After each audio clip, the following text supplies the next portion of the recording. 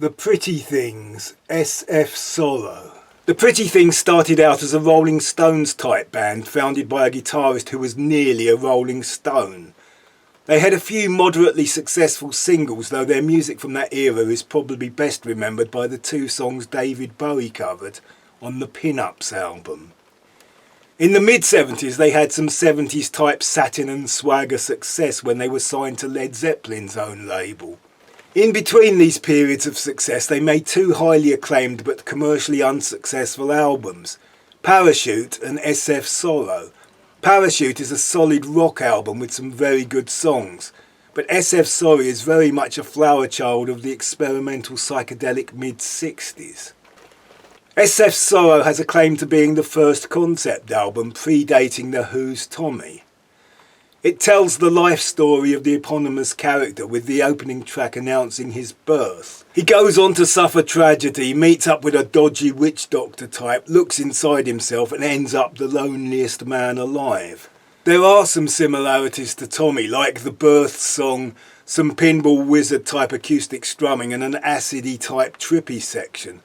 But by the time of recording Tommy, The Who were over psychedelia. Really, The Who's psychedelic masterpiece was their previous album Sellout, and they had first attempted something operatic on the album before that. S.F. Sorrow does not have the gut-wrenching emotional heft of Tommy. It has nothing like the repeating see me, feel me leitmotif that makes Tommy more than just a collection of connected songs. It also does not have the big budget precision of Sgt. Pepper's Lonely Hearts Club Band. At one point it attempts a grand atonal rise like the one on A Day in the Life, but it is a bit of a damp squib and quite easy to miss. The Pretty Things totally embraced the sound of the times, the whole backwards phased distorted sitar sounding shebang. S.F. Sorrow epitomises the psychedelic sound of the mid to late 60s, like if the Small Faces had made Itchy Park into a whole album. It has some catchy tunes, particularly the choruses. It comes at that point where bands were becoming instrumentally more adventurous but still singing with the backing harmonies of the beat groups like Herman's Hermits or the Hollies.